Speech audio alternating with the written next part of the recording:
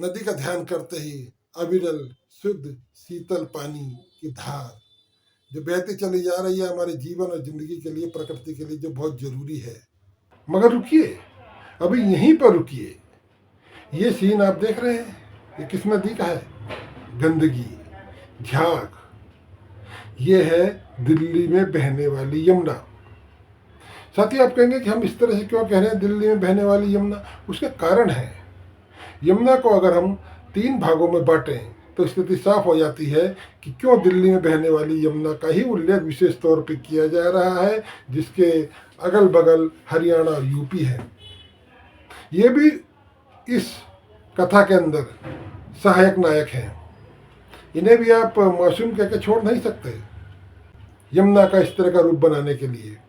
यमुनोत्री से, जहाँ उत्तरकाशी के 30 किलोमीटर उत्तर की तरफ मसूरी ग्लेशियर से निकलने वाली यमुना हथनी कुंड तक आती है, तब तक का भाग, हथनी कुंड से फिर जब तक वजीराबाद आती है वहाँ का हिस्सा, और फिर वजीराबाद से ओखला तक का हिस्सा। इन 3 हिस्सों को अगर हम बांटें तो हम पाएंगे कि यमुनोत्री से निकली हुई यमुना नदी का पानी नीला, साफ, खुशबू लिए हुए है। उसके बाद पल्ला से वजीराबाद तक आते आते मध्यम दर्जे की प्रदूषण उसमें रिकॉर्ड किया जाता है, और वजीराबाद के बाद ओखला आते आते 22 किलोमीटर लंबे इस रूट के अंदर गंभीर प्रदूषण की बातें सरकारी एजेंसियां, सरकार तमाम समय से करती आ रही हैं। इसके कारण क्या है? सबसे पहले हम समाज इंडिया यूट्यूब चैनल आपको यमुना के प्रदूषित होने के मुख्य कारणों के बारे में बताएगा। फिर उसके बारे में यह भी बताएगा ये अगले प्रोग्राम के अंदर कि यमुना को शुद्ध करने, उसके प्रदूषण को दूर करने, उसमें सुधार करने के लिए सरकारी स्तर पर क्या काम किए जा रहे हैं, वो कितने सफल हुए, कितनी बयानबाजी है, हकीकत क्या है। आज का सब्जेक्ट है कि यमुना के प्रदूषण होने के मुख्य कारण क्या है। साथियों, ये आप जानते ही हैं कि यमुना कौन है? यमुना को हिंदू पुराणों के अंदर, हिंदू मैथोलॉजी के अंदर कोई एक नदी नहीं माना गया है। हिंदू पुराणों में साफ तौर पर बताया गया है, और ये हिंदू मैथोलॉजी का एक बहुत बड़ा हिस्सा भी है, कि संज्ञा और सूर्य, यानी सूर्य की पत्नी संज्ञा के मिलन से यम और यमी, यमराज और यमुना का जन्म होता है। ये दोनों बहन भाई हैं, मगर इनका मिलन उसके अलग कारण है, एक लंबे समय बाद होता है। और यमुना अपने भाई यमराज का बहुत आदर सत्कार करती है, अपने घर बुलाकर उसे विभिन्न प्रकार के व्यंजन खिलाती है, पकवान खिलाती है, और सबसे बड़ी बात यह है कि उसके माथे पर तिलक करती है।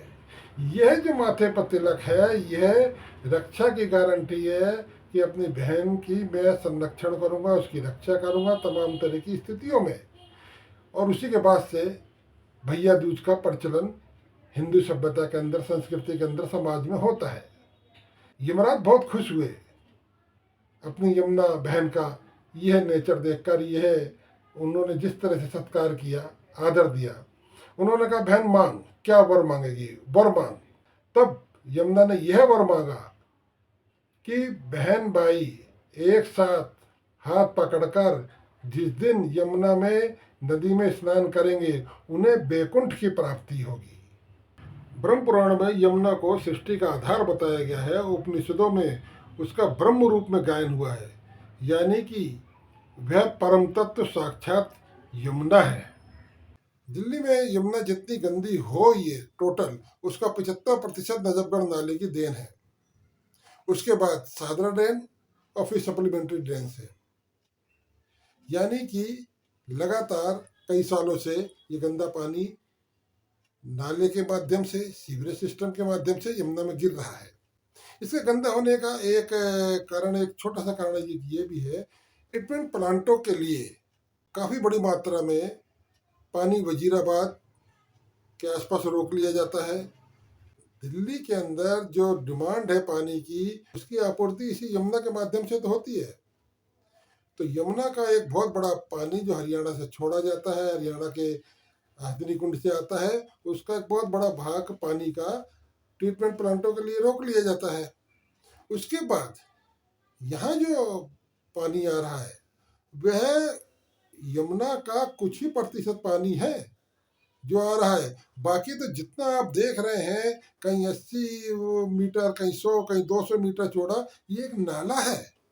इसका रंग और इसकी बदबू से आप अंदाजा लगा सकते हैं। और नहीं अंदाजा लगता है तो इस बात से ले लीजिए कि धरती की जो भूमि की उर्वरा शक्ति है वो बहुत बुरी तरह से इफेक्टेड हुई है। यानी कि यमुना के किनारे की भूमि 54% भूमि खेतीहर भूमि है। किसी टाइम में यहाँ पर अनाज भी पैदा होता था, लेकिन अब मुश्किल से सब्जियां ही पैदा हो रही हैं, वो भी गिनी चुनी।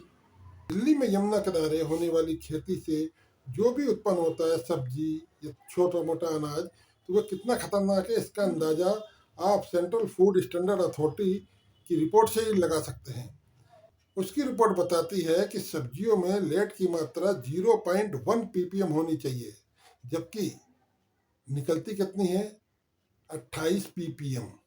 कैडमियम की मात्रा जो स्टैंडर्ड मात्रा है कही गई है सब्जियों में होनी चाहिए, वो 0.1 से लेकर 0.2 ppm तक, और निकलती कितनी है, 3.42 ppm।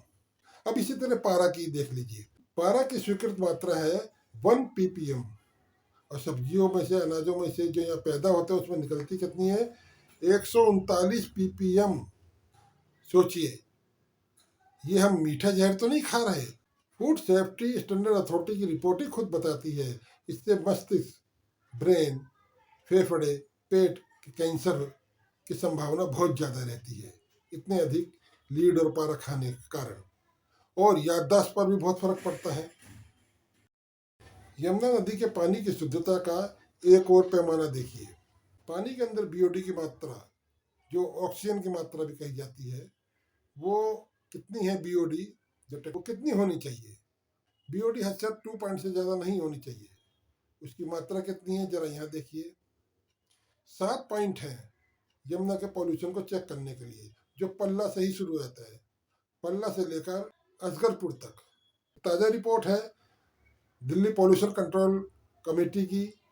ये ताज़ा रिपोर्ट के अंदर बताया गया है कि पल्ला के अंदर 2 बीओडी, उसके बाद कहीं 40 बीओडी, कहीं 55 बीओडी, कहीं 50 बीओडी, सबसे अधिक बीओडी ये पड़ती है आगरा कैनाल के बाद असगरपुर में, 85 बीओडी। वहाँ पर सामान्य जलीय जीव, मछली आदि पैदा ही नहीं हो सकती। और अगर जो हुई भी तो वो एक ही आध कोई नस्ल होगी जो इतना जहरीला पानी बर्दाश्त कर ले। यानी ये स्थिति वहाँ की है असगरपुर की, जहाँ यमुना 22 किलोमीटर का सफर पूरा करके आखिरी पॉइंट है। इसी से अंदाजा लगा लीजिए कि कितनी जहरीली हो गई है, कि आपकी सब्जियां भी प्रभावित, जमीन की उर्वरा शक्ति भी प्रभावित, और पानी के अंदर जीवों को रहने के लिए जो ऑक्सीजन चाहिए वह भी नहीं है, वह भी खतरनाक स्तर पर है। इसी कारण से रोजगार पर ही फर्क पड़ा। मछलियों का व्यापार करते थे, यहाँ से यमुना नदी से मछलियाँ निकालते थे, बेचते थे, उनके लिए तब कुछ भी नहीं रहा। कुछ एक दो जगह है, लेकिन वो बहुत सीमित दायरे में। ठीक, सब्जियां भी कोई फलदायी हेल्दी नहीं है, वो भी मीठा जहर हो गई है।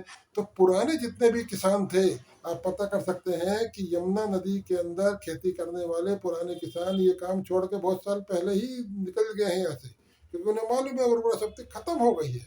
इस स्थिति के लिए दिल्ली के अंदर से निकलने वाला जो सीवर का पानी है, बताया जाता है कि जनसंख्या का घनत्व यहाँ बहुत ज़्यादा है, या 2 करोड़ से ज़्यादा की जनसंख्या हो चुकी है।